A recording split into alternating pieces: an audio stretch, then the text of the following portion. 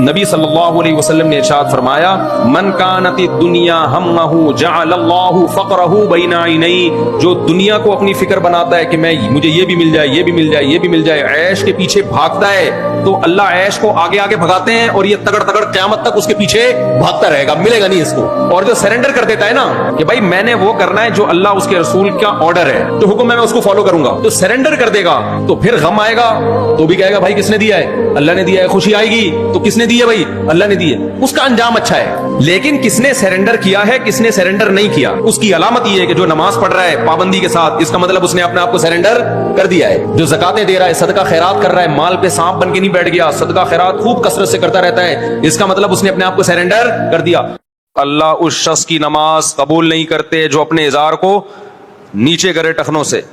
اب ٹخنوں سے اوپر کرنے کے دو ہی طریقے ہوتے ہیں، یا تو آپ پینٹ چھوٹی سلوائیں، یا ازار یا شلوار چھوٹی سلوائیں، یا آپ اس کو اوپر سے کیا کریں؟ فولڈ کریں۔ ہمیشہ سے یہی ہوتا آ رہا ہے۔ اب کچھ مذہبی اسکالرز نے جب دیکھا کہ ان کو شو مارنی ہے، ان کو لبرل بننا ہے، سوسائٹی کے حساب سے چلنا ہے، تو چند سال پہلے یہ فتویٰ کیا ہو گیا؟ چینج۔ اور وہ حدیثیں جو آستینوں سے متعلق ہیں کہ فولڈ کرنا جائز نہیں ہے، وہ کدھر لے جا کے فٹ کر دیں؟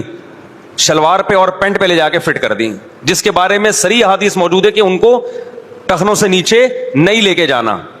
بار بار میں کہتا ہوں کہ اس زمانے میں پبلک کو حدیث کے ریفرنس کے ذریعے بے وقوف بنانا دنیا کا سب سے آسان کام ہے۔ اس کا یہ مطلب نہیں ہے کہ بغیر دلیل جو بھی پھینکتا چلا جائے آپ اس کی مانتے چلے جائیں، لیکن آپ کو یہ دیکھنا پڑے گا کہ کون وہ علماء ہیں جو شریعت کو حقیقت میں فالو کر رہے ہیں، جن کے پاس علم بھی کامل ہے، اور کون ایسے ہیں جو اسلام کے نام پہ منجن بیچ رہے ہیں۔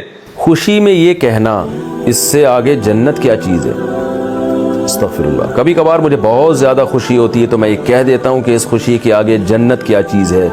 اس میں کوئی گناہ والی بات تو نہیں ہے۔ کفیل احمد یو پی سے 100% گناہ والی بات ہے، بلکہ مجھے تو ڈر ہے کہ یہ کفریہ کلمہ لگتا ہے۔ یہ میں نہیں کہہ رہا کہ آپ کافر ہو گئے، لیکن یہ کلمہ بہت خطرناک ہے۔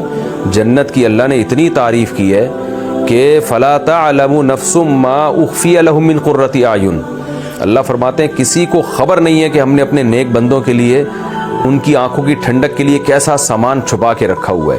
اور حدیث میں آتا ہے ما لا عین رأت ولا اذن سمعت ولا خطر علی قلب بشر، نہ کسی آنکھ نے دیکھا ان نعمتوں کو، اتنی لذیذ نعمتیں، اور نہ کسی کان نے سنا اور نہ کسی دل میں اس کا خیال گزرا، یعنی اس کی حقیقت سن بھی نہیں سکتے آپ۔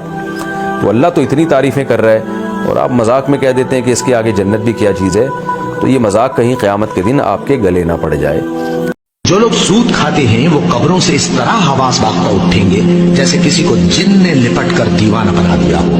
یہ اس لیے کہ وہ کہتے ہیں کہ سودا بیچنا بھی تو نفع کے لحاظ سے ویسا ہی ہے جیسے سود لینا، حالانکہ سودے کو اللہ نے حلال کیا ہے اور سود کو حرام۔ تو جس شخص کے پاس اللہ کی نصیحت پہنچی اور وہ سود لینے سے باز آ گیا تو جو پہلے ہو چکا وہ اس کا، اور قیامت میں اس کا معاملہ اللہ کے سپرد۔ اور جو پھر لینے لگا تو ایسے لوگ دوزخی ہیں کہ ہمیشہ دوزخ میں جلتے رہیں گے۔ ناپ اور تول میں کمی کرنے والوں کے لیے خرابی ہے۔ جو لوگوں سے ناپ کر لیں تو پورا لیں، اور جب ان کو ناپ کر یا تول کر دیں تو کم دیں۔ کیا یہ لوگ یہ نہیں خیال کرتے کہ اٹھائے بھی جائیں گے؟